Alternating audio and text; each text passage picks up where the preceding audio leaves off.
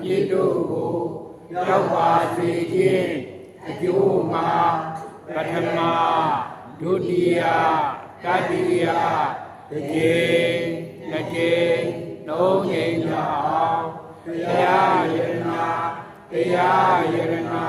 သံဃာယရနာယရနာမြတ်သုံးပါးတို့မိဘဆရာမတို့အားဝိဝီပြန်တို့လက်ဆောင်မူ၏ရှိခိုးပူဇော်ပူမျောနိုင်လျှော့ကြောပါ၏ရှင်ဗျာကြောရသော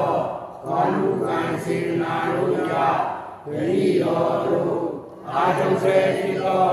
ဝိပဿနာဉာဏ်ဤလေဉာဏ်စွာမေဉာဏ်တို့ကျေးဇူးပြု၍လေလံတို့မြတ်မောပြုအပ်ပါလို့ရှင်ဗျာဘုရားမြတ်ဆုံးယရနာတရားမြတ်ဆုံးယရနာသံဃာမြတ်ဆုံးယရနာဟုဆိုအပ်သောယရနာမြတ်ဆုံးမာနိတကွာဆရာသခင်ကျေးဇူးရှင်ဖြစ်တော်မူသောအခမဟာပန္တိတအဘိဓဇမဟာရထဂုရုမိုးကုတ်ဆရာတော်ဘုရားကြီးဉာဏ်တော်အားရည်မှန်း၍ရှိကိုပူဇော်ပူမြော်မှန်လျောကြောကြရသောပူဇဝန္ဒပနာမကုသိုလ်ကံစေရနာတတ္ထာပညာဝရိယတို့ကြောင့်မိမိတို့အလိုရှိအပ်တောင်းတအပ်သောမုံမတေအမြဲနေရာဖြစ်သောနိဗ္ဗာန်သို့၎င်းဒုက္ခခတိရှုံငြိမ်းရာဖြစ်သောနိဗ္ဗာန်သို့၎င်း1500ပိလေသာအဘုဒ္ဓအလောင်းဓာတ်တို့၏ချုပ်ရာငြိမ်းရာသိရာဖြစ်သောနိဗ္ဗာန်သို့၎င်းမိမိတို့အာထုံဆဲဖြစ်သောဝိပဿနာဉာဏ်သည်လင်းမြန်စွာမဲ့ဉာဏ်သို့ကျေးဇူးပြု၍နိဗ္ဗာန်သို့မျက်မှောက်ပြုလွယ်နိုင်ကြသည်ဖြစ်ကြပါစေလုံးစင်တိုင်းကျင့်ကြံကြိုးကိုအားထုတ်ပါမည်ရှင်ဗျာလုံးစင်တိုင်းကျင့်ကြံကြိုးကိုအားထုတ်ပါမည်ရှင်ဗျာလုံးစင်တိုင်းကျင့်ကြံကြိုးကိုအားထုတ်ပါမည်ရှင်ဗျာသာသနာတော်တက္ကရာ2569ခုနှစ်ဩဇာတက္ကရာ1389ခုနှစ်တဇောင်းမုံလဇန်3ရက်ဥတုဝတ္တန္တမိုးလရာသီခရစ်တက္ကရာ23ရက်10လ2025ကြာသာပတိနေ့ကောင်းမြတ်သာယာမင်္ဂလာရှိသောညနေချမ်းရှင်ခါဝဲအရဟံသဘဂဝါဆုံးဘဝရှုံးမြဘုံရှင်ကြီးမှာဘုံ9ပါးနှင့်ပြည့်စုံတော်မူသောမြတ်စွာဘုရားရှင်ကိုရောမြတ်ကြီးအားဤမှန်ဥခ၍၎င်းယေသူတော်ရှင်ဧကမပန္တိတအဘိဓဇမဟာရထဂုရုမိုးကုတ်ဆရာတော်ဘုရားကြီး၏ဉာဏ်တော်အားဤမှန်ဥခ၍၎င်းပဲခူးတိုင်းဒေသကြီးပေါင်းတယ်မြို့နယ်နဗတိကြီးရွာနဗတိဘေဘီကုန်းဓမ္မယုံကျောင်းတိုက်မုတ်ကုတ်ဝိပဿနာအဖွဲ့ခွဲအမှတ်685၌ဝစီပရဏနာယကဆရာတော်ဖြစ်တော်မူသောမုတ်ကုတ်ဝိပဿနာနယ်และဓမ္မဂတိကကမ္မထာနာသရိယဆရာတော်ဖြစ်တော်မူသောဗတ္ထန္တဩဘာသာဤဘုံရိပ်ကံရိပ်အင်းမြလွေထွေသောမေတ္တာရိပ်ကိုခိုးလုံကဘုဇင်တို့ကိုပရိစ္ဆေသမုပ္ပါသင်္ဍတရားများဥရှသင်ကြားပေးတော်မူကြသည်ရန်ကုန်တိုင်းဒေသကြီးဗဟန်းမြို့နယ်အမှတ်80နှစ်နတ်မောက်လမ်းမကုတ်ဝိပဿနာတရားစဉ်နှင့်လုပ်ငန်းစဉ်ပြန်ပွားရေးအဖွဲ့ချုပ်ကြီး၏မဟာနာယကကမ္မထာနာသရိယဆရာတော်ဘုရားကြီးများ၏ဥရှသင်ကြားပေးတော်မူသောသင်တန်းမူများကိုပေါင်းဆက်၍မြတ်စွာဘုရားရှင်၏အလိုတော်ကြားကျေးဇူးတော်ရှင်ဘုဂုတ်ဆရာတော်ဘုရားကြီး၏ဥပနိတယအတိုင်းဥသိဉာဏ်မိသမျှယောဂီအပေါင်းသူတော်ကောင်းတို့အားကျေ ကျေးဇူးတည်တဲ့ကျေးဇူးဆက်မိတရားကကျေးဇူးတော်ရှင်မိုးကုတ်ဆရာတော်ဘုရားကြီးကိုတော်တိုင်23ရက်3လ62ခုနှစ်၌ဟောကြားဆုံးမတော်မူခဲ့သည်အတိမဟုခင်ညာဥအောင်ဆိုသောတရားကောင်းစဉ်လေးနဲ့ကျေးဇူးပြုပေးမှာဖြစ်ပါတယ်။ဘာတရားလေးနဲ့ကျေးဇူးပြုပေးမယ်။ဒီမဟုတ်ခင်ညာဥအောင်ပါဗျာ။ဒီတရားလေးကိုမဟောကြားမီမနာကြားသေးမီ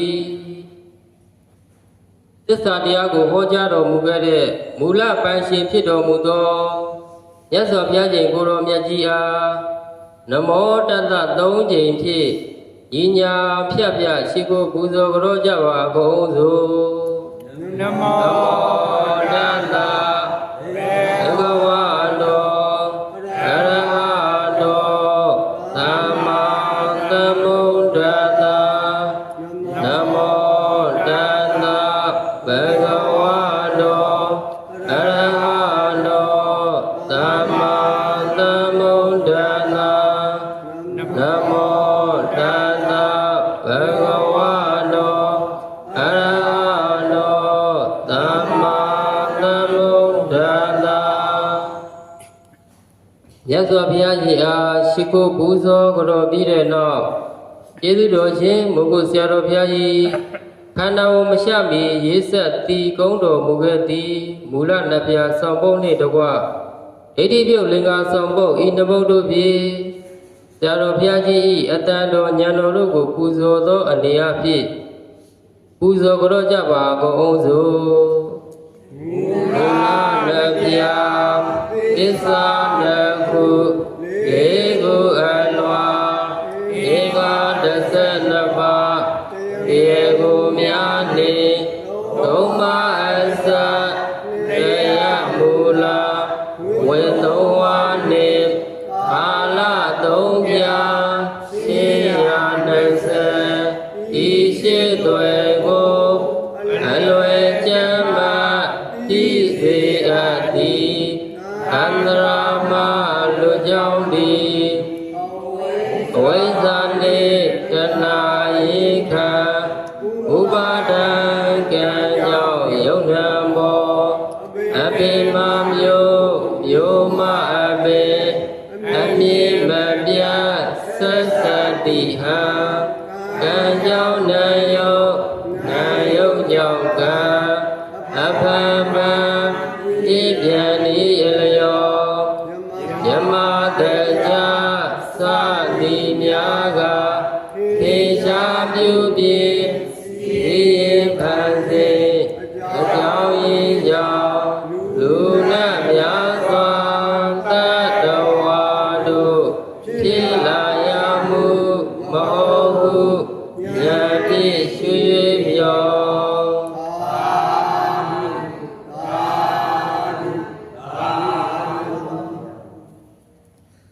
မိမိတို့ကြံ့ကြတဲ့သလိုချမ်းသာသောအရိယာပုဂ္ဂလိနဲ့ထိုင်ပြီးတော့တရားတော်ကိုနာယူမှတ်သားနိုင်ကြပါပြီတရားတော်ကိုနာလဲနာနိုင်ကြပါစေနားတဲ့အတိုင်းလဲသိကြပါစေသိတဲ့အတိုင်းလဲကျင့်နိုင်ကြပါစေကျင့်တဲ့အတိုင်းလဲဒီဘဝဒီခန္ဓာမစွန့်ခင်ဒုက္ခခတ်သိမ်းရှုံငြိမ်းရာဖြစ်သောနိဗ္ဗာန်ကိုမျက်မှောက်ပြုနိုင်ကြပါစေလို့ဆန္ဒစွန့်မုံပြုလိုက်ပါတယ်မှန်ပါဗျာဣတိက3သွဲနိကေ9ရက်အင်္ဂါ9တန်74,000များမြောင်လှစွာသောဓမ္မခန္ဓာတော်တွေကိုဆရာတင်ပြီးကိုယ်တော်တိုင်ကျင့်ကြံကြိုးကိုအားထုတ်ပြီးလျှင်အယိုးတော်အသားတော်အသွေးတော်မျက်လုံးတော်တို့ကဓာတ်တော်ကြ၍သွားတော်မူခဲ့သောကျေးဇူးတော်ရှင်ဧကမဟာပန္တိတအဘိဓဇမဟာရထဂုရုမိုးကုတ်ဆရာတော်ဘုရားကြီး၏ခန္ဓာဉာဏ်ရောက်သစ္စာစိုက်တဲ့တရားများကိုဉာဏ်နာမှာပါအောင်အရိယနှလုံးအိမ်မှာကိန်းအောင်နေအောင်နာထားကြမယ်ဆိုရင်ဖြင့်လောကကြီးကိုအရာရာအထင်မကြီးတော့ဘူးဆိုရင်ဖြင့်လောကကြီးအတွက်ပင်ပန်းနေကြရတဲ့ ဦးဇင်းတို့ယောဂီပေါင်းသူတော်ကောင်းတွေပင်ပန်းမှုတွေမငြိမ့်တောင်မှပင်ပန်းမှုတွေနည်းပါလိမ့်မယ်မနည်းမှလားနည်းမှလား နည်းပါပါဗျာ လူတွေပင်ပန်းဆင်းရဲတယ်ဆိုတာကလောကကြီးကိုတာယာအထင်ကြီးနေကြလို့ဘာကိုထင်ကြီးနေကြလို့လဲ လောကယုတာထင်ကြည့်ရပါဗျာ လောကကြီးကိုတာယာထင်ကြီးပြီးတော့လောကကြီးနဲ့လက်လျောညီထွေအောင်လက်လျောညီထွေနေနိုင်အောင်လို့အလုပ်တွေလုပ်ကြရတယ်မလုပ်ကြရဘူးလားလုပ်ကြရလား ဟုတ်ပါပါဗျာ အယောင်းဝတ်တွေလည်းရောင်းကြရတယ်လေယာကိုင်းကျုံဥယျာဉ်ရှံပြေတွေလည်းလုပ်ကြရတယ်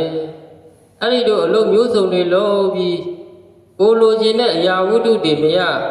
ကိုဖြစ်ချင်တဲ့ဆန္ဒတွေမဖြစ်တိုင်းကိုယ့်ရဲ့အလိုဆန္ဒတွေမပြည့်ဝတိုင်းရင်ထဲမှာလည်းပဲပူလောင်တဲ့မူးတွေရင်ထဲမှာလည်းပူလောင်တဲ့မီးတွေခံစားရသလိုခန္ဓာကိုယ်မှာလည်းပဲဆင်းရဲဒုက္ခတွေကြုံတွေ့ရတယ်မကြုံတွေ့ကြဘူးလားကြုံတွေ့ကြရလား တွေ့ရပါဗျာ အဲ့ဒီလိုလောကကြီးကိုတာယာထင်ကြီးပြီးတော့ရင်ထဲမှာလည်းပဲပူလောင်တဲ့မိတွေခန္ဓာကိုယ်မှာလည်းပဲဆင်းရဲဒုက္ခမိတွေမဖြစ်ကြရလေအောင်ကျေးဇူးတော်ရှင်မိုးကုတ်ဆရာတော်ဘုရားကြီးဤခန္ဓာညာရောက်သစ္စာစိုက်တဲ့တရားများကိုဉာဏ်နာမှာပါနေအောင်ဟရိယနှလုံးအိမ်မှာကိန်းအောင်နေအောင်နားထောင်ကြပါကြင့်ကြံပွားများအားထုတ်ကြပါလို့တိုက်တွန်းလိုက်ပါတယ် မှန်ပါဗျာ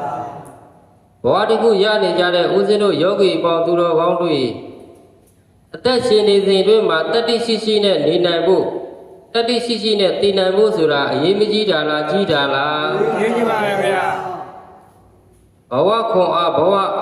အာမှန်ကိုပြီးစွမ်းနိုင်တဲ့တရားတစ်ပုဒ်လောကကြီးမှာရဲရဲကြီးနေရဲသလိုအဲ့ဒီပုဂ္ဂိုလ်တစ်နေ့တည်မယ်တည်ရင်လည်းရဲရဲကြီးတည်ရဲဖို့အရေးမကြီးတာလားကြီးတာလား ရင်းကြပါဗျာ ဟောဒီယောဂီပြိတ္တထဲမှာမတည်မဲ့သူဘယ်နှယောက်ပါလဲ ရောက်ပါဗျာ ဦးဇင်းတဲ့တူကယောဂီပေါင်းသူတော်ကောင်းတွေတနေ့နေ့တစ်ချိန်ချိန်မှာမတည်ကြရမှာလားတည်ကြရမှာလား သိရမှာပါဗျာ နေရင်လည်းရဲရဲတည်ရင်လည်းရဲရဲကြီးတည်ရဲအောင်လို့အသေးမူးခင်ညာဥအောင်ဆိုတဲ့တရားကောင်းစီလေးနဲ့ကျေးဇူးပြုပေးမှာဖြစ်ပါတယ် မှန်ပါဗျာ ဦးဇင်းတို့ယောဂီအပေါင်းသူတော်ကောင်းတွေ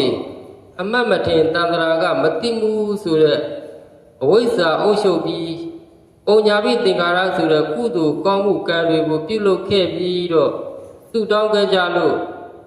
ဒီဘဝလူခန္ဓာကြီးကိုရမနေကြတာလားရနေကြတာလား ရင်းကြပါဗျာ လူဘဝကိုရလာတာဟာလည်းပဲအကြောင်းသုံးပါးကြောင့်ရလာတာအဲ့ဒီအကြောင်းသုံးပါးကတစ်ပင်ဥပမာအဖြစ်အပင်တစ်ပင်ဖြစ်ဖို့နာမြေလည်းပဲရှိရမယ်ရေလည်းပဲရှိရမယ်မျိုးစေ့လည်းရှိရမယ်အဲ့ဒီအကြောင်းသုံးပါးပေါင်းစုံမှာအပင်တစ်ပင်ဆိုတာမဖြစ်ဘူးလားဖြစ်လား ဖြစ်ပါဗျာ အဲ့လိုပဲခန္ဓာပင်ကြီးရဖို့မိခင်ဒီဟုသောလေယာမြေလည်းရှိရမယ်ဖခင်ဒီဟုသောဖခင်ဒီဟုသောရေလည်းပဲရှိရမယ်အတိတ်ကအဝိဇ္ဇာဥသိပြီးတော့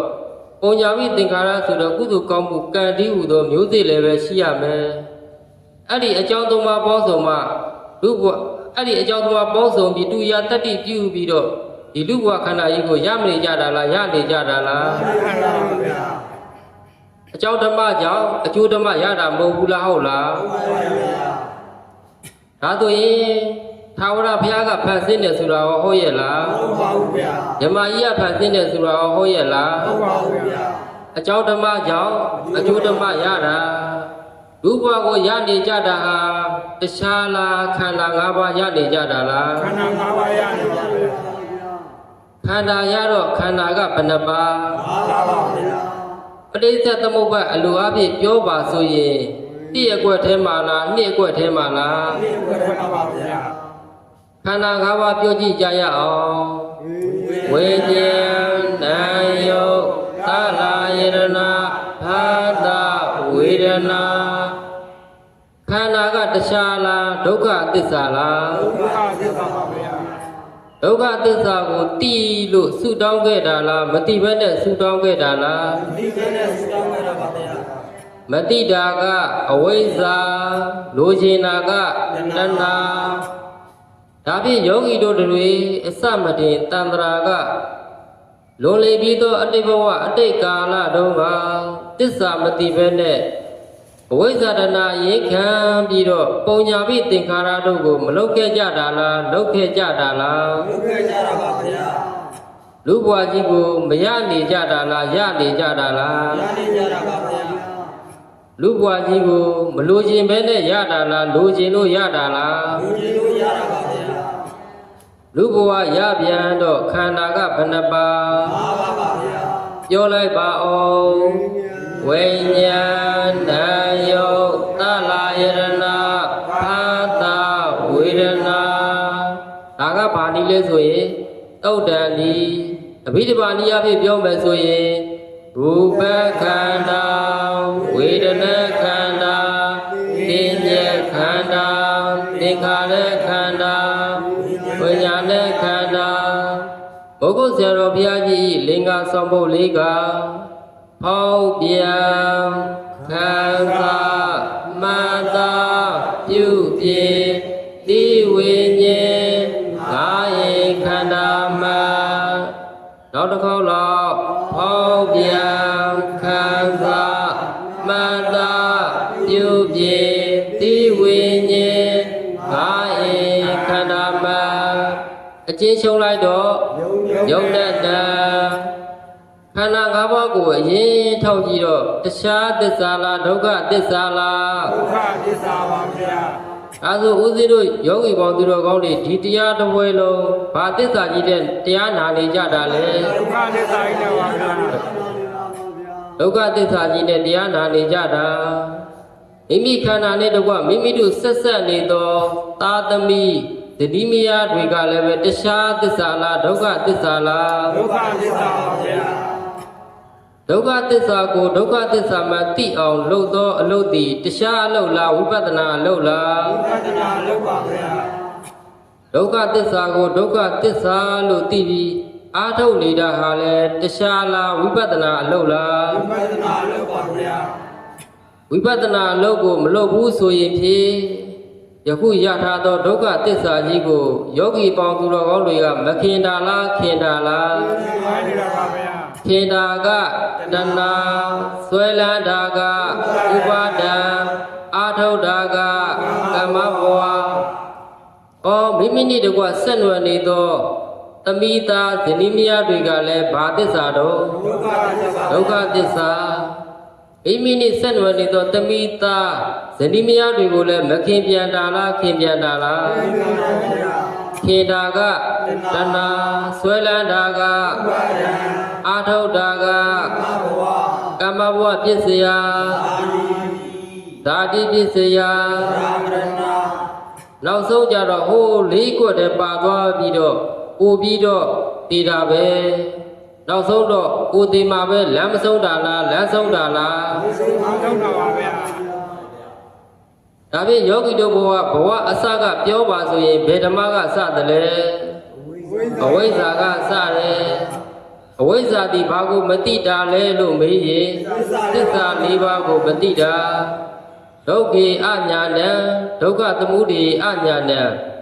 ဒုက္ခနိရောဓိအညာဏံဒုက္ခနိရောဓဂာမိနိပฏิပဒါယအညာဏံအယံဝစ္စတိအဝိဇ္ဇာလို့ဘုရားရှင်ကိုရောမြတ်ကြီးကမဟောခဲ့တာလားဟောခဲ့တာလားသစ္စာ၄ပါးကိုမတိတာဟာဖြင့်တခြားလားအဝိဇ္ဇာလားယောဂီတို့ဘဝဘယ်ကစားယမလိုပြောတော့မတိမှုကစတယ်ဆုံးတော့ဘယ်မှာဆုံးလဲဆိုရင်ကိုယ်ဒီမှာပဲလမ်းဆုံးတယ်တဘဝဆက်သိနောက်ကောင်းပြောင်းလိုက်တဲ့ခေါင်းတွေပြောင်းနေကြတာကြိုက်တဲ့ကောင်းပြောင်းဝိပဿနာမလုပ်ရင်မပြောင်းခြင်းလည်းပဲပြောင်းရမယ်ဘယ်ကောင်းပြောင်းမလဲဆိုရင်နောက်ကောင်းပြောင်းလဲနတ်ကောင်းပြောင်းလည်းပဲဒုက္ခသစ္စာကနေလွတ်ရလားမလို့ပါဘူးဗျာ တိရစ္ဆာန်ကောင်းပြောင်းလည်းပဲဒုက္ခသစ္စာပဲလူကောင်းပြောင်းလည်းဒုက္ခသစ္စာပဲဝိပဿနာအလုပ်ကိုလုံးမတာလင်ရှမ်းသာစစ်ရှမ်းသာမှန်ဆိုသောနိဗ္ဗာန်ကိုမရမှာလားရမှာလား ရပါပါဗျာ ဝိပဿနာမလုပ်ဘဲနဲ့ရှမ်းသာစစ်ရှမ်းသာမှန်ကိုရပါမလား ရပါဘူးဗျာ ဒါကြောင့်ကျေးဇူးတော်ရှင်မိုးကုတ်ဆရာတော်ဘုရားကြီးကအသေးမူခင်ညာဥအောင်အားထုတ်ပါတဲ့အသေးကဥသွားရင်ဝိပဿနာအားထုတ်လို့ရပါမလား ရပါဘူးဗျာ ဒ သုံးသက်တပုံနဲ့မှခေါင်းပြောင်းပြီးတော့တန်တရာမလဲရမှာလားလဲရမှာလား ရပါပါဗျာ ဘယ်ပုံဘဝရောက်ရောက်ခန္ဓာကဘယ်နှပါး ပါပါဗျာ ဘာတစ္ဆာခန္ဓာ၅ပါးပြန်ရပြီးတော့နောက်ဆုံးတော့အိုပြီးတော့သည်အိုသည်နဲ့ပဲသုံးသက်တပုံနဲ့မှကြာကြာလဲနေတာဟာဖြစ်တခြားကြောင့်လားဝိပဿနာအာမထုတ်လို့လား ပဋ္ဌာန်းပြုလို့ပါဗျာ ဒါကြောင့်အတိဘုကေညာဥအောင်ဝိပဿနာတရားကိုအာမထုတ်ရမှာလားအာထုတ်ရမှာလား ရတော့ပါဗျာ ဦးဇင်းတို့ကလည်းမိုးကုတ်ကျေးဇူးတော်ရှင်မိုးကုတ်ဆရာတော်ဘုရားကြီးရဲ့ဆန္ဒတော်အတိုင်းယောဂီအပေါင်းသူတော်ကောင်းတွေကိုမတိုက်တွန်းရမှာလားတိုက်တွန်းရမှာလား ရတော့ပါဗျာ ဒါကြောင့်အဝိဇ္ဇာကစာဦးတိမှာပဲလမ်းဆုံးတယ်အဝိဇ္ဇာကစာဦးတိမှာပဲလမ်းဆုံးတယ်ဒါကြောင့်မြတ်စွာဘုရားရှင်ကိုရောမြတ်ကြီးကဓမ္မပဒပါဠိတော်ကြီးမှာမဟာတာစေဝစိတ္ထာစယေပါလာယေစပန္တိတာအတ္ထာစေဝဒလိတ္တာစတပ်ပေမစ္စုပရာယေနာမဟာတာစေဝမြတ်သောပုဂ္ဂိုလ်တွေလည်းပဲမတိရမှာလားတိရမှာလား ရပါပါဗျာ စိတ္ထာစအသက်အရွယ်ကြီးသောသူငယ်သောသူတွေလည်းပဲမတိရမှာလားတိရမှာလား ရမှာပါဗျာ ယေပါလာစအကျဉ်မိခင်ဖခင်တို့၏ကျေးဇူးကိုမတိတတ်ကုန်သောသားဆုံးသမီးတွေလည်းပဲမတိရမှာလားတိရမှာလား ရမှာပါဗျာ ယေပဏိတာသာအရှင်ပညာရှိသူတော်ကောင်းတွေလည်းပဲမတိရမှာလားတိရမှာလား ရမှာပါဗျာ အတ္တစေဝတတိသူကျော်တွေလည်းပဲမတိရမှာလားတိရမှာလား ရမှာပါဗျာ ဒလိတ္တာသာသူစင်းရဲတွေလည်းပဲမတိရမှာလားတိရမှာလား ရမှာပါဗျာ တပ္ပိမစ္စုပရာယေနာအလုံးစုံသောပုဂ္ဂိုလ်တွေကနောက်ဆုံးကြတော့တိမင်းတာလေးလဲလျောင်းရမဖြစ်ကြရမှာလားဖြစ်ကြရမှာလား ရမှာပါဗျာ ရည်သူမဆိုသိချင်းတရားနဲ့ခြောင်ဝဲလို့ရပါမလား ရပါဘူးဗျာ အာရထားလို့ ရထားလို့ ဒါကြောင့်မြတ်စွာဘုရားရှင်ကိုရောမြတ်ကြီးကလည်းဣစေဝကိစ္စမာတပ္ပံကောစေညာမရဏတုဝေနာဟိနောသင်္ကရတေနမဟာတေနေနမစ္ဆုနာဣစေဝယနေ့ပင်လင်အာတပ္ပံလုံးလကိုကိစ္စကာတပ္ပံပြုအပ်၏ဩအဘယ်မည်သောသူသည်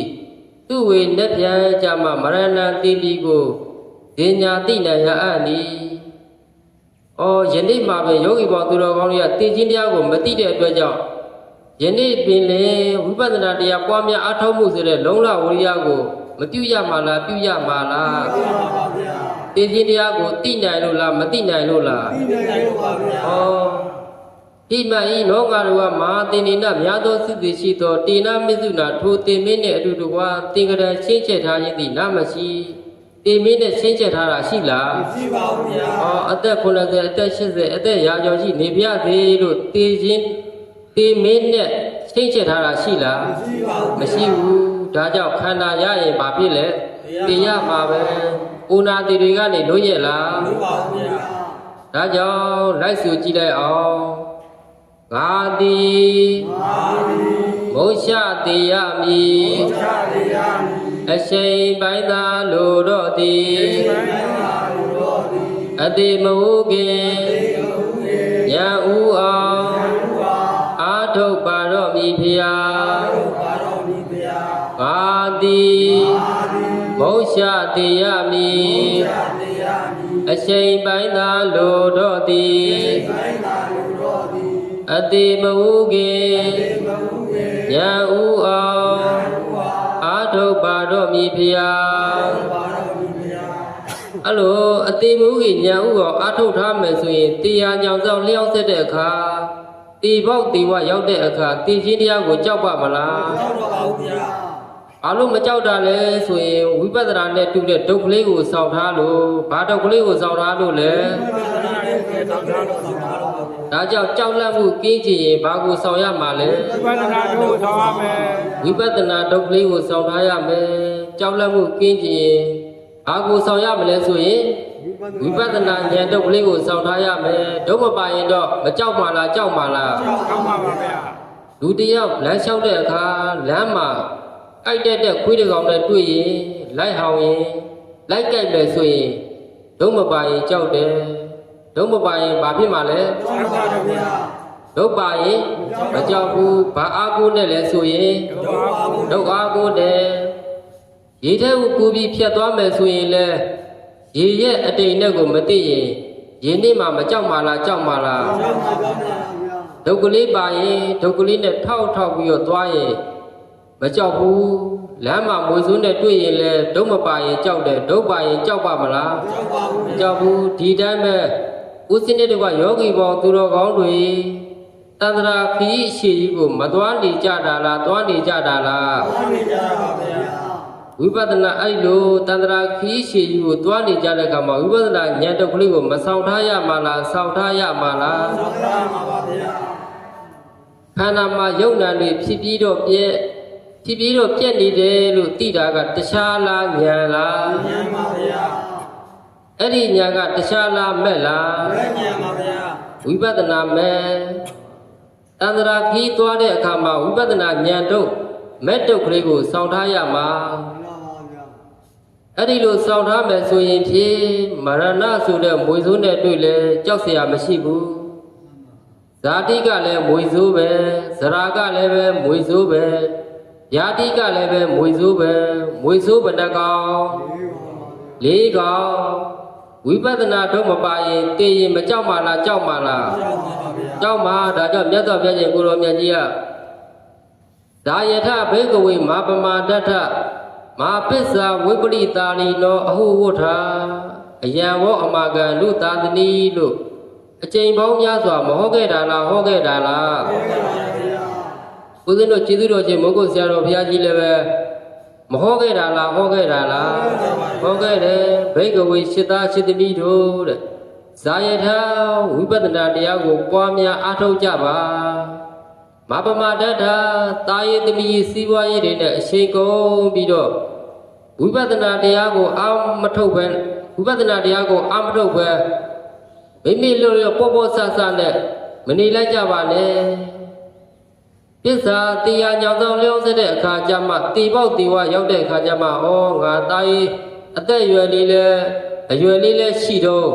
ကျမ်းမာရေးလေးလဲကောင်းတော့ငါခန္ဓာဉာဏ်ရောက်ဝိပဿနာတရားကိုပွားများမအားထုတ်ခဲ့ရပါလားလို့မျက်ရည်ကြီးငယ်ကြားပြီးတော့ကြံမှန်ပြီးတော့နောက်သားတွေမဖြစ်ကြပါနဲ့လို့မဟောခဲ့တာလားဟောခဲ့တာလားဒါကြောင့်ယောဂီပေါင်းသူတော်ကောင်းတွေကလည်းပဲဘာလို့ရမှာလဲဆိုရင်ဝိပဿနာတရားကိုပွားများအားထုတ်ဖို့မလိုဘူးလားလို့လားဝိပဿနာဆိုတဲ့ဉာဏ်တုတ်ကလေးပါရင်သိရင်ကြောက်ပါမလားကြောက်ပါဘူးဗျာဒါကြောင့်ကြောက်လန့်မှုကင်းအောင်ဘာကိုစောင့်ထားရမှာလဲဝိပဿနာတို့ကိုစောင့်ထားရမယ်ဦးဇင်းတို့ယောဂီပေါင်းသူတော်ကောင်းတွေတို့ကိုစောင့်ခဲ့တဲ့ဘဝပါရဲ့လားပါခဲ့ပါဘူးဗျာမပါလို့ငွေစိုးကြီး၄កောင်ကိုက်ပြီးတော့တန္တရာမလဲခဲကြရတာလားလဲခဲကြရတာလားလဲခဲကြရပါဗျာငွေကပ်ပြီးတည်ခဲ့တဲ့ဘဝတွေမများတာလားများတာလားများပါဗျာအခုဆိုရင်အသက်60 90လောက်ဆိုရင်ဘာမွေကြိုက်နေပြီလဲသရာမွေကြိုက်နေပြီအဲ့ဒီဝိပဿနာဉာဏ်တုတ်ကလေးကိုစောင့်သွားတဲ့တာလကလေးတခုပြောပြမယ်အခါတစ်ပါးမြတ်စွာဘုရားကိုတော်မြတ်ကြီး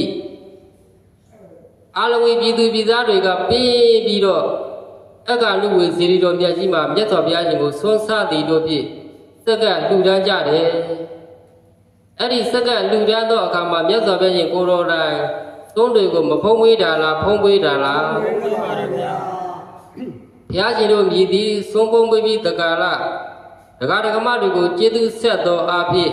သုံးအနုမောဒနာတရားတွေမဟောတာလားဟောတာလားဟောတယ်အဲ့ဒီလိုမြတ်စွာဘုရားရှင်ပလင်ပေါ်တဲပြီးတော့တရားဟောတော့မယ်ပေါ့နော်မြတ်စွာဘုရားကိုမြည်သည့်တရားဟောတော့မယ်ဆိုရင်မြတ်စွာဘုရားတို့မြည်သည့်တရားဟောတော့မယ်ဆိုရင်ပြိဿထဲမှာကျွတ်တောင်းဝင်တော့မဲ့သူတွေကိုကြည့်ပြီးတော့မဟောတာလားဟောတာလားဟောပါတယ်ဗျာဟောကျွတ်တန်းဝင်မဲ့သူကိုကြည့်ပြီးတော့ဟောတယ်အ ਨੇ ဆုံးတယောက်တော့ကျွတ်တန်းဝင်ရမယ်ပေါ့နော်မှန်ပါဗျာအခုတော့တယောက်မှကျွတ်တန်းဝင်မဲ့သူကိုမတွေ့ရဘူးတဲ့မှန်ပါဗျာကျွတ်တန်းဝင်မဲ့သူတယောက်မှမတွေ့ရတော့တုံလီပါဝေစိတ်ကလေးမနေတာလားနေတာလားကျွတ်တန်းဝင်မဲ့သူမရှိဘဲနဲ့ဟောရင်တရားကုံတော်လည်းပဲမပြတ်မှာလားပြတ်မှာလားပြတ်မှာပါဗျာပြတ်မှာ ဒါကြောင့်မြတ်စွာဘုရားသည်ကျွတ်တန်းဝိမြည်သူတွေမပါတဲ့အတွက်ကြောင့်တုံလီပါဝီစိတ်စိတ်ကလေးပဲမနေတာလားနေတာလားမြတ်စွာဘုရားရှင်ကိုရောမြတ်ကြီးပလင်ပေါ်မှာထိုင်နေသောအခါမှာရကန်းတယ်မလေးကုမာရီဘသူပါလဲကုမာရီဆိုတော့အဲ့ဒီအမျိုးသမီးလေးဟာရပောက်တောင်လေးခေါင်းပေါ်မှာရွယ်ပြီးတော့သမင်းကြိုင်လေးလက်ကဆွဲပြီးတော့ဖခင်ကြီးကရကန်းယုံတို့သမင်းဖို့သွားခိုင်းအခါလူဝေဇေဒီတော်မြတ်ကြီးမှာခလန်းလန်းကနေကြည့်လိုက်တဲ့အခါမှာဇေဒီရင်ပြင်ပလင်ထက်မှာမြတ်စွာဘုရားရှင်ကိုရောမြတ်ကြီးထိုင်နေတာကိုမတွေ့တာလားတွေ့တာလားအဲ့ဒီလိုမြင်တွေ့လိုက်တော့အခါမှာပင်ဩမြတ်စွာဘုရားရှင်ကိုရောမြတ်ကြီးတရားဟောတော်မူမှာပါလားဆိုပြီးတော့အကြံမဖြစ်တာလားဖြစ်တာလားဥမာရီဆိုတော့အဲ့ဒီအမျိုးသမီးလေးကလွန်ခဲ့တော့ဟို3နှစ်လောက်ကလေးကမြတ်စွာဘုရားထံကနေပြီးတော့သစ္စာတရားတွေနာပြီးတော့နေ့စဉ်တည်းမြတ်မရဏမေဘဝိတ္တိဆိုပြီးတော့သိခြင်းတရားတွေကိုပွားများအထောက်နေတာပေါ့နော်မှန်ပါဗျာမေငါအားမရဏတေကြီးသည်ဘဝိတ္တိဖြစ်လက်တံမေငါအားမရဏတေကြီးသည်ဘဝိတ္တိဖြစ်လက်တံဆိုပြီးတော့ရကန်းသမလေးကနည်းနည်းစောစောထားပြီးတော့နေ့စဉ်နဲ့အမြတ်သိခြင်းတရားတွေကိုသင်ရှင်နေတော့ဉာဏ်တွေကမရင်လာတာလားရင်လာတာလားရင်လာပါတယ်ဗျာအဲ့ဒီလိုပဲအခုယောဂီပေါင်းသူတော်ကောင်းတွေကလည်းပဲတရားစကားတွေဇက်တိုက်ဝင်တရားတွေအထောက်ပဲဆိုရင်ဖြင့်ဉာဏ်တွေကမရင်လာမှာလားရင်လာမှာလားရင်လာပါပါဗျာတရားစကားတွေဝင်တော့ယောဂီတွေကတစ်ချိန်ဝင်တာနဲ့တစ်ချိန်မတူဘူးဉာဏ်တွေရင့်လာပါလိမ့်မယ်အဲ့ဒီနေရာမှာကုမာရီဆိုတော့ရကန်းသမလေးကိုကြည့်လိုက်တော့3နှစ်တိုင်တိုင်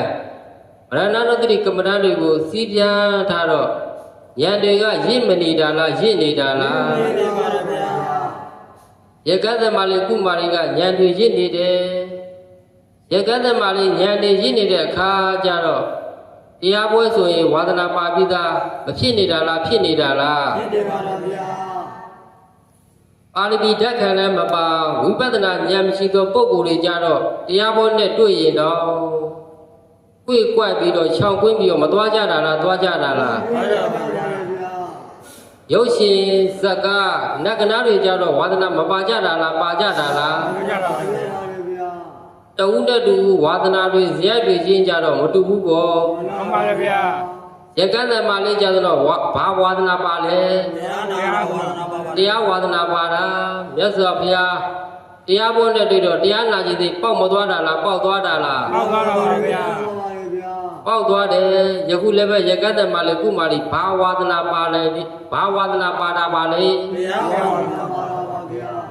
ဝါဒနာချင်းတော့မတူဘူးပေါ့ရကန်းသမလေးကပြိဋ္ဌရဲ့အဆုံးကနေပြီးတော့ဥသုံးကြီးရှာပြီးတော့ပေါ်ဝါလေးကိုရှာကလဲကိုလေးမရှိတာလားရှိတာလားရှိပါလားဗျာကျွတ်တန်းဝင်မဲ့သူကရောက်မလာတာလားရောက်လာတာလားရောက်လာပါဗျာအဲ့ဒီလိုဥသုံးကြီးရှာလိုက်တဲ့အခါကျတော့မြတ်တော်ဘုရားကိုလိုမြတ်ကြီးကလှမ်းမြင်လိုက်တော့စေတမိကုမာရီဘယ်ကလာခဲ့တယ်လဲလို့မေးလိုက်တော့အခါမှာကုမာရီဆိုတော့မြို့တိပိတွေကမတိပါဗျာလို့မဖြေဘူးလားဖြေလားဖြေပါတယ်ဗျာနောက်တစ်ခါဘုရားရှင်ကိုရောမြတ်ကြီးကစေတမိကုမာရီဘယ်ကိုသွားမှလဲလို့မေးပြန်တော့အခါမှာလည်းပဲမတိပါဗျာလို့မဖြေတာလားဖြေတာလားဖြေပါတယ်ဗျာအိုးနောက်နာကပရိသတ်တွေကဟဲဘယ်လိုပြန်ဖြေလိုက်တာပါလဲဒူးတို့ပေါင်တို့တွေနဲ့ဒီကောင်မလေးဘယ်လိုပြန်ဖြေလိုက်တာပါလဲဘုရားမေးတဲ့ဥစ္စာပဲကောင်းကောင်းဖြေဖို့ကောင်းတာပေါ့ဒီကဲဆိုအိမ်ကလာတာပဲအိမ်ကလာခဲ့တာပဲလို့ဖြေဖို့ကောင်းတာပေါ့မသိဘူးလို့ဘူးခံနေတယ်အိမ်ကလာခဲ့ပါတယ်လို့ဖြေဖို့မကောင်းဘူးလားကောင်းလားကောင်းပါတယ်ကောင်းပါတယ်ဗျာအဲ့လိုတရားနာပရိသတ်တွေကနေပြီးတော့ပြစ်တင်ဝေဖန်ပြီးတော့မပြောဆိုနေကြဘူးလားပြောဆိုနေကြလားပြောဆိုနေကြပါတယ်ဗျာပြောဆိုနေကြတယ်နောက်တစ်ခါဘုရားရှင်ကိုတော်မြတ်ကြီးကစေတမိကုမာရီဘယ်ကိုသွားမှလဲဆိုတော့မသိပါဗျာဘာမှမသိဘူးလားလို့မေးလိုက်ပြန်တော့လဲသိပါတယ်ဗျာတဲ့စေတမိကုမာရီတကယ်တော့သိရဲ့လားလို့မေးတော့အခါမှာမသိပါဗျာတဲ့ဩဒီကလေးမလေးနဲ့သိတယ်ဖြေလိုက်မသိဘူးဖြေလိုက်နဲ့ ဒီကဲဆိုကောင်းကောင်းဖြစ်ဖို့မကောင်းဘူးလားကောင်းလား ကောင်းပါလေဗျာ ကောင်းတယ်ပရိသတ်တွေကလည်းပဲအိုးတောင်းတောင်းနဲ့တန်တရားတွေမဖြစ်ကြဘူးလားဖြစ်ကြလား ပြည့်နေပါလေဗျာ ဖြစ်ကြတယ်အဲ့လိုအိုးတောင်းနဲ့ပြစ်တင်ဝေဖန်နေကြတော့ပြစ်တင်ဝေဖန်ပြီးတော့မပြောဆိုနေကြဘူးလားပြောဆိုနေကြလား ပြောနေကြ ပြောဆိုနေကြတယ်အန္တိပုဒ္ဓအယံလောကောအယံလောကောဟောဒီလောကကြီးကအန္တိပုဒ္ဓအကန့်တွေများတယ်အကန့်တွေမများဘူးလားများကြလား များပါလေဗျာ များကြတယ်သစ္စာတရားကိုမသိရင်အကန့်ပဲခန္ဓာ၅ပါးယုံနာနှစ်ပါးတို့ရဲ့ဖြစ်ချင်းပြည့်ချင်းကိုမသိရင် များပါဗျာ အကန့်ပဲဇာလမုတ်တော့မိုးဆိုးရဲ့ပိုက်ကမှမိနေတဲ့တကူနောငှက်တီအပေါ်ငှက်အပေါ်မှာအနေကသာရှိတယ်မိုးဆိုးရဲ့ပိုက်ကမှမိနေတဲ့ငှက်ဟာလွတ်တဲ့ငှက်ဆိုတာအနေကပဲရှိတယ်အဲ့လိုပဲဦးဇင်းတို့ယောဂီပေါသူတော်ကောင်းတွေဇာတိစရာဗျာတိမရဏဆိုတော့ပိုက်ကွန်နဲ့30ပုံပိုက်ကွန်နဲ့မှမိမနေကြတာလားမိနေကြတာလား ပြီးနေတာပါဗျာ မိနေကြတယ်ရုံထွက်မှလွတ်မယ်ရုံထွက်မှ တော့ပါဗျာ လွတ်မယ်အဲ့လိုရုံထွက်ရမှာတခြားလားညံနဲ့လား ဉာဏ်နဲ့ပါဗျာ အဲ့ဒီညံကဘာညံလဲဆိုရင်ဝိပဿနာညံအဲ့လိုပရိသတ်တွေကတန်ត្រာတွေဖြစ်နေမှာဆိုလို့ရှစ်သမီးကုမာရီဟောဒီပလီရှိကိုလာခဲ့လို့မခေါ်ဘူးလားခေါ်လား ဟောပါလေဗျာ အဲ့လိုခေါ်လိုက်တဲ့အခါမှာရကန်းသမားလေးကယူသေးစွာလှုပ်ရှိပြီးတော့ဘုရားရှိခိုးရောက်လာတယ်ဘုရားရှိရောက်လာတော့အခါမှာကုမာရီအမျိုးသမီးလေးကမြတ်စွာဘုရားကိုဥသုံးချိန်ချတယ်ဘုရားရှင်မှာဒုပစိတုတ်ထိုင်တယ်အဲ့ဒီအခါမှာဘုရားရှင်ကိုယ်တော်မြတ်ကြီးကချစ်သမီးကုမာရီနမတိမိန်ကုကိုဖြေပါအောင်သမီးလို့ပြောလိုက်တဲ့အခါမှာကုမာရီသို့တော်အဲ့ဒီရကန်းသမားလေးက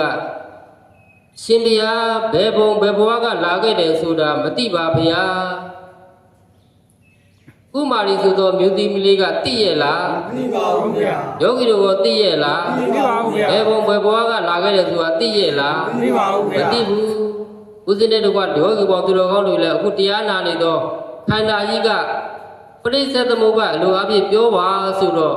ပြည့်အကွက်ထဲမှာလားနှစ်အကွက်ထဲမှာလား သိပါပါဗျာ နှစ်အကွက်ထဲမှာခန္ဓာကဘယ်နှပါ ပါပါဗျာ ခန္ဓာဘယ်နှပါနဲ့တရားနာနေကြတာပါလေ ပါပါနဲ့ပါဗျာ ခန္ဓာ၅ပါးနဲ့တရားနာနေကြတာအဲ့ဒီခန္ဓာ၅ပါးကတခြားကလာခဲ့တာလားအဝိဇ္ဇာနဲ့သင်္ခါရကလာခဲ့တာလား ဝိဇ္ဇာနဲ့သင်္ခါရပါဗျာ ဦးဇင်းတဲ့တကွာတကားတကယောဂီပေါ်သူတော်ကောင်းတွေခန္ဓာကဘယ်အကွက်ကလာခဲ့တာလဲတိအကွက်ကလာခဲ့တာနှစ်အကွက်ထဲမှာခန္ဓာကဘယ်နှပါးရပါလဲ ပါပါဗျာ အဲ့ဒီ၅ပါးပြောကြည့်ကြရအောင်ဝိညာဏ်နာယုတ်သလာယရဏဖာသာဝေဒနာဝေဒနာနဲ့တဏှာကြားမှာဝိပဿနာဆိုသောမဲ့အလုတ်ကလေးမလုတ်ဘူးဆိုရင်တဏှာဥပါဒံကံတွေအရိယနှလုံးအိမ်မလာနိုင်ဘူးလားလာနိုင်လား နိုင်ပါလေဗျာ အဲ့ဒီတို့လာမယ်ဆိုရင်ကမ္မဘဝပြည့်စရာဇာတိဆိုပြီးတော့လေးတံပတ်အကွက်ထဲကိုရောက်မသွားဘူးလားရောက်သွားလား ပါပါဗျာ ပရိစ္ဆေသမုပ္ပါအလိုအရပြောပါဆိုရင်တော့လေးရက်ကွက်ထဲကိုပြန်ကူအောင်မယ်မကူမလားကူမလား ဘုမပါဗျာ ဦးဇင်းတို့ယောဂီဘောသူတော်ကောင်းတွေပရိစ္ဆေသမုပ္ပါတရားတွေနာရတော့သဘောတွေမပေါက်တာလားပေါက်နေတာလား ပါပါဗျာ ယကသကုမာရီမျိုးသမီးတွေကြတော့ပရိစ္ဆေသမုပ္ပါတရားတွေမနာရတော့တိလားမတိဘူးလားမတိဘူးမနာရတဲ့အတွက်ရှစ်သမီးကုမာရီဘယ်ကလာခဲ့တယ်လဲလို့မေးတဲ့အခါရှစ်သမီးကုမာရီဘယ်ကလာခဲ့လဲလို့မေးလိုက်တဲ့အခါမှာကုမာရီဆိုတော့အဲ့ဒီအမျိုးသမီးတွေကဘယ်လိုပြန်ပြေလဲဘယ်လိုပြန်ဖြေလဲမသိပါဗျာမသိပါဘူးလို့ဖြေလိုက်တာဟာဖြစ်ဘာကိုရည်ရွယ်ပြီးတော့ဖြေလိုက်တာလဲ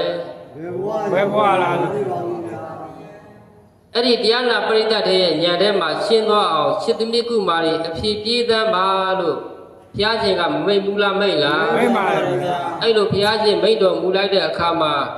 တပည့်တော်အိမ်ကလာခဲ့တယ်ဆိုတာဟာဖြစ်အရှင်ဘုရားလည်းသိမှာပါဗျာလူတိုင်းသိကြပါတယ်တပည့်တော်လာခဲ့တဲ့ဘဝကိုဘဝကဘယ်ဘဝကလာခဲ့တယ်ဆိုတာမသိလို့မို့မသိပါဗျာလို့ဖြေတာပါ ဦးဇင်းတို့ယောဂီတရားတစ်ပွဲလုံးမှာပရိသတ်သမုပ္ပါအနေအပြည့်ပြောပါဆိုရင်ဘယ်ကွက်ကလာခဲ့တာပါလဲ ဒီဘက်ကလာခဲ့တာပါဗျာ တိတ်ကွက်ကလာခဲ့တာပုဂ္ဂိုလ်အနေအပြည့်ပြောပါဆိုရင်တော့မတိပါဗျာ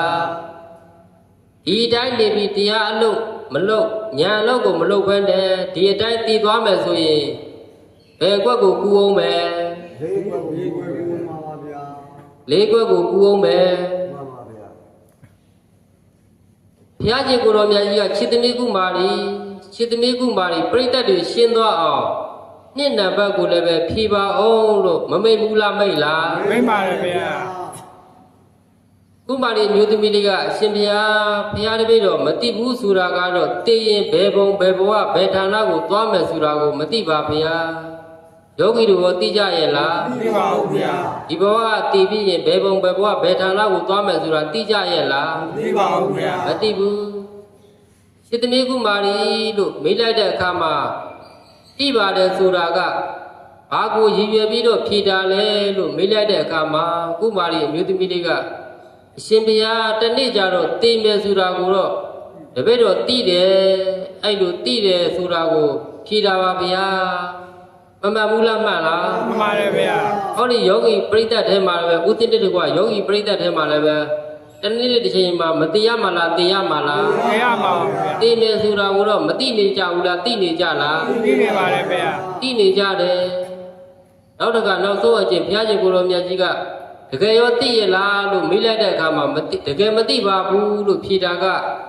ဘာကိုဖြေတာလဲလို့မေးလိုက်တဲ့အခါမှာကုမာရီဆိုတော့အဲ့ဒီအမျိုးသမီးလေးကဘယ်နေ့ပဲရဲ့ဘယ်ချိန်ခါမှာဘယ်ဒေသမှာ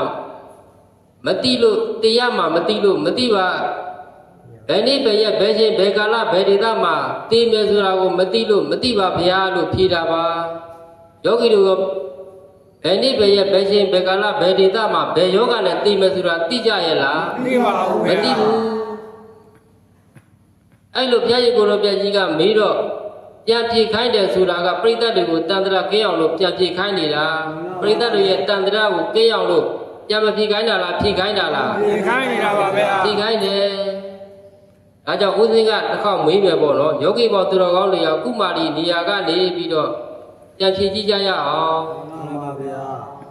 စေတမီကုမာရီဘယ်ကလာခဲ့တယ်လဲ မသိ ဒီ ပါ ပါဦးဗျာ မသိပါကိုမသိပါဘူးဆိုတာဟာဘာကိုရည်ရွယ်ပြီးတော့ဖြေလိုက်တာပါလေ ဘယ်ဘွားလာလို့ဆိုတာမသိတာပါဗျာ မသိပါဘူးဖြေတာပါဗျာ ဘယ်ဘုံဘယ်ဘဝကလာခဲ့တယ်ဆိုတာမသိတာကိုရည်ရွယ်ပြီးတော့ဖြေလိုက်တာ မှာပါဗျာ စေတမီကုမာရီဘယ်ကိုသွားမှလဲ ဒီပါဦးဗျာ ဘာကိုရည်ရွယ်ပြီးတော့ဖြေတာလဲဆိုရင် ဘယ်ဘွားရောက်တယ်ဆိုတာ ဘယ်ဘုံဘယ်ဘဝကိုသွားမယ်ဆိုတာကိုမသိလို့မို့မသိပါဘူးလို့ဖြေတာစေတမီကုမာရီတင်ဘာမှမသိဘူးလား ဒီပါလေဗျာ သိတယ်ဆိုတာဘာကိုရည်ရွယ်ပြီးတော့ဖြေလိုက်တာလဲဆိုရင် ဒီနေ့ကြာနေရသိရမယ်ဆိုတော့သိတာပါဗျာ ဩသိရမယ်ဆိုတာကိုသိတယ်လို့ဖြေလိုက်တာစေတမီကုမာရီတကယ်ရောသိရဲ့လားဆိုရင် ဒီပါဦးဗျာ ဘာကိုရည်ရွယ်ပြီးတော့ဖြေလိုက်တာလဲဆိုရင် ဘယ်ချိန် ဘယ်ချိန်ဘယ်ကာလဘယ်ဒေသဘယ်နေရာမှာသိမယ်ဆိုတာမသိတာပါဗျာ ဘယ်နေ့ဘယ်ရက်ဘယ်ချိန်ဘယ်ကာလဘယ်ဒေသမှာဘယ်ယောဂနဲ့သိမယ်ဆိုတာမသိလို့မို့မသိပါ ဗျာ ကုမာရီဆိုတော့အဲ့ဒီအမျိုးသမီးလေးဖြေဆိုပြီးလိုက်တဲ့အခါမှာဘုရားရှင်ကိုရောမြတ်ကြီးကတာရုဆိုပြီးတော့သုံးချိန်တိတိမခေါ်ဘူးလားခေါ်လား ဟောပါလေဗျာ ခေါ်တယ်အဲ့လိုတာရုသုံးချိန်ခေါ်ပြီးတက္ကလာမြတ်တော်ဘုရားရှင်ကိုရောမြတ်ကြီးကစေတမီကုမာရီဆိုတာခေါ်တာရှိတယ်တကယ်မရှိဘူးရှစ်စရိုးနဲ့သာမိဘတွေကခေါ်ကြတာအသားနီတော့မတ်နီအသားဖြူတော့မတ်ဖြူအသားညူတော့မတ်ညူရှစ်စရိုးနဲ့သာခေါ်ကြတာကုမာရီဆိုတာခေါ်တာရှိတယ်တကယ်မရှိဘူးတကယ်ရှိတာကယုတ်တရားနဲ့ဉာဏ်တရားဘယ်နှပါးပဲရှိလဲ ပါပဲပြောရ ယုတ်တရားနဲ့ဉာဏ်တရားနှစ်ပါးပဲရှိတယ်တက္ကရာတိမဖြုတ်ပေးမှလားဖြုတ်ပေးမှလား ပါဗျာ ပြုတ်ပေးမှာကုမာရီဆိုတာအခေါ်သာရှိတယ်တကယ်မရှိဘူးဘုန်းကြီးဆိုတာလည်းပဲခေါ်သာရှိတယ်ဘုရားဆိုတာလည်းပဲ ခေါ်လာကြည့်တယ် ယန္တာဆိုတာလည်းပဲခေါ်သာရှိတယ်ယောက်ျားမိန်းမ တီလာကျင်ဆရာကြီးဆရာလေးဆိုတာလည်းပဲခေါ်တာရှိတယ်တကယ်မရှိဘူးတကယ်ရှိတာက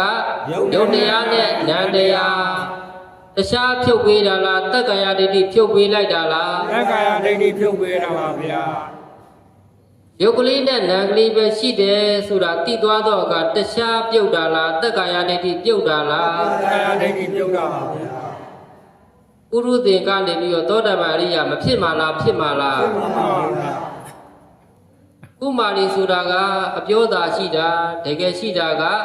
ယုတ်တရားနဲ့နံတရားတခြားဖြုတ်ပေးတာလားတက္ကရာဒိဋ္ဌိဖြုတ်ပေးလိုက်တာလား တက္ကရာဒိဋ္ဌိဖြုတ်ပေးတာပါဗျာ ယုတ်တရားကအကြောင်းယုတ်တရားကအကြောင်းတရား၄ပါးကြောင့်မဖြစ်တာလားဖြစ်တာလား ဖြစ်တာပါဗျာ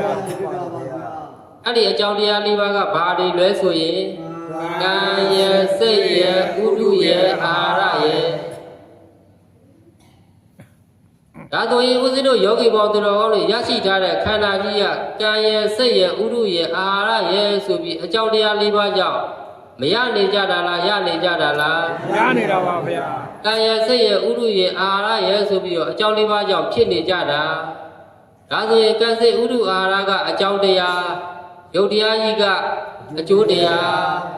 ကံစိတ်ဥဒုအာရကအကြောင်းတရားယုတ်တရားကအကျိုးတရားဒါဆိုတကားယောဂီဘောသူတော်ကောင်းတွေကံစိတ်ဥဒုအာရဆိုတော့အကြောင်းတရားပေါ်ဉာဏ်ရှင်းတော့ဘာသေး တရားဝိသိကိစ္စသေးတယ်အကျိုးတရားထဲမှာလည်းပဲပုဂ္ဂိုလ်တ attva မပါဘူးလို့သိလိုက်တော့ဘာဒိဋ္ဌိပြော တက္ကရာဒိဋ္ဌိပြောတော့ဗျာ ဒါကြောင့်အကြောင်းတရား၄ပါးမရှုပ်ဘဲနဲ့အကျိုးယုတ်ကပေါ်လို့ရပါမလား မရပါဘူးဗျာ အကြောင်းတရား၄ပါးရှုပ်တယ်ပြတ်တယ်တည်တယ်လို့သိလိုက်တော့တခြားဒိဋ္ဌိပြုတ်တာလားတတ္တရဒိဋ္ဌိပြုတ်တာလား တက္ကရာဒိဋ္ဌိပြုတ်တာပါဗျာ အကြောင်းတရား၄ပါးရှုပ်ပြီးရောလားဆိုရင်ယုတ်တရားအစားတို့ပေါ်လာပြန်တယ်မဟုတ်ဘူးလားဟုတ်လား ဟုတ်ပါတယ်ဗျာ အစားထိုးပြီးတော့ပေါ်လာပြန်တယ်လို့သိတဲ့အခါမှာတခြားဒိဋ္ဌိပြုတ်တာလားဩစေတာဒိဋ္ဌိပြုတ်တာလား ဘုရားဒိဋ္ဌိပြုတ်တာပါဗျာ ရုပ်ကိုအကြောင်းအကျိုးထပ်ခွဲလိုက်တဲ့အခါမှာဒိဋ္ဌိ၃မျိုးမပြုတ်ဘူးလားပြုတ်လား ပြုတ်ပါပါတယ်ဗျာ ဒိဋ္ဌိဘယ်နှမျိုးပြုတ် ဘုံမျိုးပါဗျာ ရှိသွားတဲ့အခါကျတော့ဓာန်တရားအဲ့ဒီဉာဏ်တရားကြတော့အကြောင်းတရားတစ်ပါးကမပိုင်ဘူးလားပိုင်လား ပိုင်ပါတယ်ဗျာ ပိုင်တယ်ဒါဖြင့်ရုပ်ဖြစ်ကြောင်းကဘယ်နှပါး ၄ပါး ဓာန်ဖြစ်ကြောင်းက နှစ်ပါးဦးဇင်းတရားဟောသောအတန်နဲ့ယောဂီပေါင်းသူတော်ကောင်းတို့ရဲ့နားကြည်လေးနဲ့မတိုက်ဘူးလားတိုက်လား ဟုတ်ပါတယ်ဗျာ တိုက်တယ်ဦးဇင်းအတန်ကလည်းယုတ်ယောဂီတို့နားကြည်ကလည်းယုတ်ကြားစိတ်ကလေးကနံကြားစိတ်ကလေးကဘာတဲ့လဲ မှန်ပါဗျာ နံစာလို့ပြောတော့အာယုန်နဲ့ द्वार ဘာနဲ့ပါ အာယုန်နဲ့ထွားတာပါဗျာ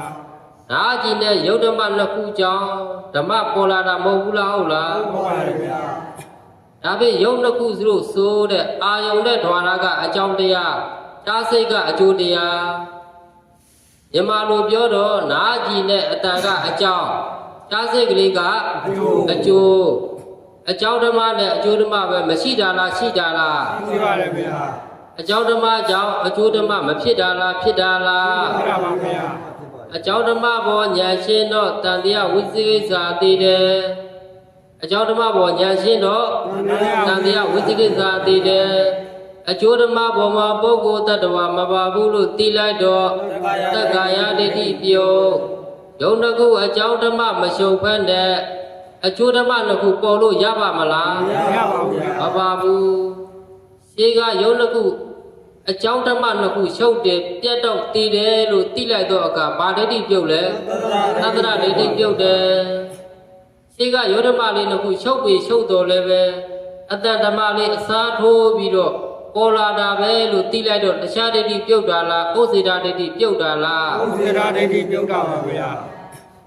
ဒါပြီးယုံနာခွဲပြီးတော့ဒိဋ္ဌိကိုအသိနဲ့မဖြုတ်ပေးလိုက်တာလားဖြုတ်ပေးလိုက်တာလား ပြုတ်ပေးတာပါဗျာ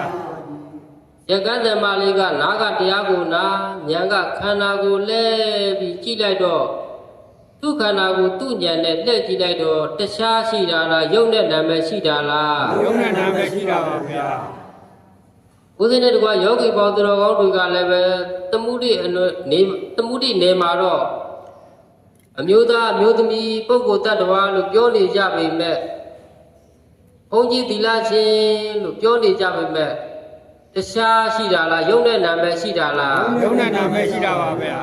ဘုရားသရှိတော်သူတော်ကောင်းတွေပါလဲတခြားလားယုံတဲ့နာမည်လား ယုံနဲ့နာမည်ပါဗျာ အကုန်လုံးကပါလဲဆိုရင်ယုံတဲ့နာမည်ရှိကြတယ်အဲ့ဒီလိုခန္ဓာကိုညံလှည့်လိုက်တဲ့အခါမှာယုံနာတွေကဖြတ်ခနဲ့ဆိုပြီးတော့ဒီနေတာလားပြက်ပြက်သွားတာလား ပြည့်ပြည့်သွားတာပါဗျာ ပြက်ပြက်သွားတာကြားတယ်ဆိုတာကိုကြားစိတ်ကလေးကပေါ်လာတာလားယုံတဲ့နာပေါ်လာတာလားယုံတဲ့နာပေါ်လာတာကြားစိတ်ကလေးဆိုတော့ယုံနဲ့နာကလေးဟာဘယ်ပုံမှာပေါ်လဲဆိုရင်နားကြည့်ပုံမှာပေါ်တယ်ဘယ်ပုံမှာပြက် နားပေါ်မှာပြည့် နားကြည့်ပုံမှာပေါ်ပြီးတော့နားကြည့်ပုံမှာမပြက်တာလားပြက်တာလား ပြည့်တာပါဗျာ ပြက်တာမပေါ်ဘဲနဲ့ပြက်တာလားပေါ်ပြီးမှပြက်တာလား ပေါ်ပြီးမှပြည့်တာပါဗျာ ဒါကြောင့်ကြားစိတ်ကလေးကလည်းပေါ်ပြီးတော့ပြက်မသွားဘူးလားပြက်သွားလား ပြည့်သွားပါတယ်ဗျာ ယကသမာလေးကနာကတရားနာရင်းနဲ့ညာကခန္ဓာလှည့်လိုက်တော့ဖြစ်ပျက်တွေမြင်ဖြစ်ပျက်တွေမဟုတ်ဖြစ်ပျက်တွေဆုံးမသွားဘူးလားဆုံးသွားလားဘာပြုလို့လဲဆိုတော့ညာကရင့်နေလို့ဘာပြုလို့ ညာရည်တွေ ယောဂီတို့ကလည်းပဲတပည့်တော်တို့ဖြစ်ပျက်တွေမမြင်သေးပါဘူးဖြစ်ပျက်တွေမမုန်းသေးပါဘူးဖြစ်ပျက်တွေမဆုံးသေးပါဘူးဆိုတာဘာပြုလို့လဲဆိုရင်ညာကမမြင်သေးလို့ဘာမမြင်သေးလို့လဲ ညာမင်းသေးလို့ပါဗျာ ဉာဏ်မရင်သေးတာကဘာပြုနေလို့လဲဆိုရင်တရားအထုတ်တာလဲနေလို့ဘာလဲနေလို့ တရားဥဒ္ဒလဲတယ်လို့ မနဲ့အထုတ်ရင်ညနေရပါတယ်လို့ဆရာတော်ဘုရားကြီးမဟုတ်ဘူးလားဟောလား ဟောပါတယ်ဗျာ ဟောတယ်ဘာကြောင့်မရတာလဲဆိုရင်ကိလေသာတွေဈာကိုတာများနေလို့ဘာတွေများနေလို့ ဒီလေသာတွေဈာကရာများနေလို့ပါဗျာ ယကသမလေးကဘုရားဟောတဲ့တရားကိုနာကတရားနာဉာဏ်ကခန္ဓာလဲလိုက်တော့အခါမှာယုံနာမရှိတယ်လို့မသိတာလားသိတာလား သိတာပါဗျာ ယုံနာတွေကဖြစ်ပြီးတော့ပြက်နေလို့ဉာဏ်နဲ့မသိနေဘူးလားသိနေလား သိနေပါတယ်ဗျာ ။ဩယုံနာတွေကဖြစ်ပြီးတော့ပြက်နေတယ်လို့ဉာဏ်နဲ့သိနေတယ်သိနေတာဒါဆိုရင်ယုံနာတရားတွေကဖြစ်ပြီးတော့ပြက်ဖြစ်ပြီးတော့ပြက်ဖြစ်ပြက်မှန်ပြန်ကဘာသစ္စာ ဒုက္ခသစ္စာ ပြုတဲ့ဉာဏ်ကဘာသစ္စာ ဒုက္ခသစ္စာ တည်သွားတာကဘာသစ္စာ ဘုရားသစ္စာ နောက်ခန္ဓာဒုက္ခသစ္စာကြီးရောလာသေးလား နားရပါဘူးဗျာ လာတော့တာကဘာသစ္စာ နိရောဓသစ္စာ တရားတွေနိုင်နဲ့ဖြစ်ပြတာတွေမြင်ဖြစ်ပြတွေမုံဖြစ်ပြတွေဆုံးမသွားဘူးလားဆုံးသွားလား သုံးသွားပါတယ်ဗျာ ဆုံးသွားတယ်ယကသမလေးယာတရားနာလာတော့ကပုထုဇဉ်ရဲ့တရားမှာကိလေသာတွေမရှိဘူးလားရှိလား ဖြစ်နေပါတယ်ဗျာ ကိလေသာတွေရှိတယ်အဲ့ဒီကိလေသာဘယ်နှပါးရှိလဲဆိုရင်10ပါးရှိတယ်လောဘဒေါသမောဟမာနဒိဋ္ဌိဝိသိကိစ္စတိနာမေတ္တာဟိရိကအနောတ္တပဆိုပြီးကိလေသာ10ပါးမရှိဘူးလားရှိလား ရှိပါတယ်ဗျာ ရှိတယ်တရားပွဲလာတော့ကပုရုဇဉ်ရကသမလေးဟာကိလေသာတွေအပြည့်မရှိဘူးလားရှိနေလား ရှိနေပါတယ်ဗျာ ရှိနေတယ်ရသော်ဘုရားရဲ့တရားပွဲမှာနာကတရားနာဉာဏ်ကခန္ဓာလဲလိုက်တော့ဖြစ်ပြတွေမြင်ဖြစ်ပြမြင်တာကဘာဉာဏ်လဲဆိုရင်ယထာဘုဒ္ဓဉာဏ်ဖြစ်ပြမြင်တာကဘာဉာဏ်လဲ ယထာဘုဒ္ဓဉာဏ် ယထာဘုဒ္ဓဉာဏ်မုံပါများလို့ဖြစ်ဒုက္ခပြက်ဒုက္ခတွေဖြတ်ကနေသုံးသွားတာကလောကုတ္တရာမဲ့ဉာဏ်ဘာဉာဏ်လဲဆိုရင် လောကရာမဲ့ဉာဏ်ပါဗျာ လောကုတ္တရာမဲ့ဉာဏ်အဲ့ဒီလောကုတ္တရာမဲ့ဉာဏ်တစ်ချိန်လဲပေါ်ရောသောတာပန်အရိယာမှဖြစ်မသွားတာလားဖြစ်သွားတာလား ဖြစ်သွားတာ ဖြစ်သွားတယ်တရားပွဲဆုံးသွားတော့အခါမှာမြတ်စွာဘုရားရှင်ကိုဥသုံးချိန်ရှာကရက်ပေါက်တောင်လေးခေါင်းပေါ်တင်ထင်းမင်းကြက်ကလေးလက်ကဆွဲပြီးတော့ဖခင်ရှိရရက်ကရောက်တော့အပြေးလွှားကလေးမလာတာလားလာတာလား လာတော့ပါဗျာ ဒါတယ်ဖခင်လုံသောပုဂ္ဂိုလ်ကတရားအမထုတ်ဘူးငါသမီးလေးမလာသေးပါလားမလာသေးပါလားဖခင်လုံသောပုဂ္ဂိုလ်ကတမျောမျောနဲ့တွေးပြီးတော့တခြားရောက်နေတာလားကိလေသာအပူမီးတွေရောက်နေတာလား ကိလေသာဘုရားတွေရောက်နေတာပါဗျာ သမီးအပေါ်မှာကိလေသာအပူမီးတွေရောက်နေတာရကန်းကိုခတ်နေတော့လည်းပဲစိတ်ကတော့ ဘယ်စီရောက်နေလဲ သမီးကြီးရောက် သမီးစီရောက်နေတာသမီးစီအပူမီးတွေတောက်ပြီးတော့သမီးစီကိုစိတ်ကရောက်နေတယ်အဲ့ဒီအချိန်လေးမှာတင်ပဲရကန်းတယ်မလေးကရကန်းစဉ်ဘေးကိုရောက်မလာတာလားရောက်လာတာလား ရောက်လာပါဗျာ ရောက်လာတယ်အဲ့ဒီအချိန်မှာဖခင်လုပ်တဲ့ပုဂ္ဂိုလ်ကလုံးဆံကိုဘယ်ဘက်လက်ကအမြောင်းညာဘက်လက်ကလုံးဆံကိုပြစ်ထည့်လိုက်တာလက်ကနေလုံးပြီးတော့လုံးဆံကသမီးလေးရဲ့ရင်ဝါကိုလုံးဆံမဆူဘူးလားဆူလား သမီးကသူ့ကိုသူ့သွားပါတယ် ဆူတယ်အဲ့ဒီသမီးလေးရဲ့ရင်ဝါကိုလုံးဆံမှန်တာကိုတီးတော့ဖခင်လုပ်တဲ့ပုဂ္ဂိုလ်ကအပြေးလေးသွားအဖက်လုံးဆံရဲ့လက်ဆက်ကြောင့်သမီးကလေးရကန်းလေးဘေးမှာပဲတီပွဲဝင်မရချဘူးလားဝင်ရချလား ဘယ်လိုမရပါနဲ့ဗျာ တီပွဲဝင်ရချတယ်မတေခင်လေးမှာရကန်းတဲ့မလေးဟာဖြစ်တခြားတီသွားတာလားသောတာပန်တီသွားတာလား သောတာပန်တည်သွားတာပါဗျာ ရကန်းတဲ့မလေးဟာအတိမိုးခင်ဘာဥသွားတာပါလဲ ညာဥသွားတာပါဗျာ ဉာဏ်ဥသွားတာဒါဖြင့်ဦးဇင်းတို့ယောဂီဘောသူတော်ကောင်းတွေလည်းပဲအတိမိုးခင်ဘာဥရမှာပါလဲ ညာဥရမှာပါဗျာ အတိမိုးခင်ဉာဏ်ဥရမှာအတိမိုးခင်ဉာဏ်ဥရှင်ပါတယ်ဆိုရင်အများခန္ဓာရှုရမှာလားမိမိခန္ဓာရှုရမှာလား မိမိခန္ဓာရှုရမှာပါဗျာ မိမိခန္ဓာရှုရမှာမိမိခန္ဓာကဘယ်နှပါး ပါပါ အချင်းရှုံးလိုက်တော့ဘာနဲ့ပါ ယုံနဲ့နံ ယုံနဲ့ဘယ်နှယုံနဲ့နှစ်ပါးဆိုတာတရားကတခြားမှာရှိတာလားခန္ဓာမှာရှိတာလား ခန္ဓာမှာရှိတာပါဗျာ တရားရှာတော့ဘယ်မှာတွေ့ မာတွေ တရားရှာတော့ခန္ဓာမှာတွေ့ပေါ်ရခန္ဓာပေါ်ရဘယ်နှဌာနလဲ သောတာနာ ထောက်ဌာနဆိုတာဘာတွေ့လဲ ယေ မျက်စိအကြည့်နားအကြည့်နှာခေါင်းအကြည့်ရှားအကြည့်ကိုယ်အကြည့်စိတ်မျက်စိနဲ့အစင်မျက်စိအကြည့်နဲ့ဘာနဲ့တိုင် စင်းနဲ့တာ စိတ်နဲ့တိုင်သက္ကုံဇာပရိစ္ဆာရူပိဇာဩပစ္စတိသက္ခုဝိညာဏံမျက်စိအကြည့်နဲ့မျက်စိအကြည့်ရှိတော့ဘာနဲ့တိုင်အစင်နဲ့တိုင်အစင်နဲ့တိုင်တော့ဘာစိတ်ကလေးပေါ် ဒီကလေးပေါ်ပါ ခန္ဓာကဘဏ္ဍပါ ပါပါ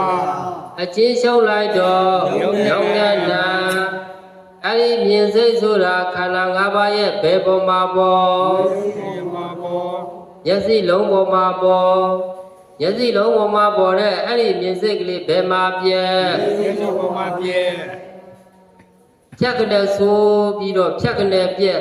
ကြည့်ပြီးတော့ပြဲအဲ့ဒါကိုယောဂီများကတတိထဝရိယစိုက်ပြီးတော့ဉာဏ်ဘဏ္ဍပါနဲ့စောင့်ပြီးတော့ရှုရမှာလဲ ငါးပါးနဲ့စောက်ပြီးတော့ရှုရမှာဗျာ ဉာဏ်၅ပါးနဲ့စောင့်ရှုရမှာဉာဏ်၅ပါးကဘာတွေပါလဲပြောလိုက်ပါဦးသမ္မာဒိဋ္ဌိသမ္မာသင်္ကပ္ပသမ္မာဝါယမသမ္မာတတိသမ္မာသမာဓိသမ္မာဒိဋ္ဌိသမ္မာသင်္ကပ္ပကဘာမဲ့ခင်နှစ်ပါး ဒီကိစ္စပါ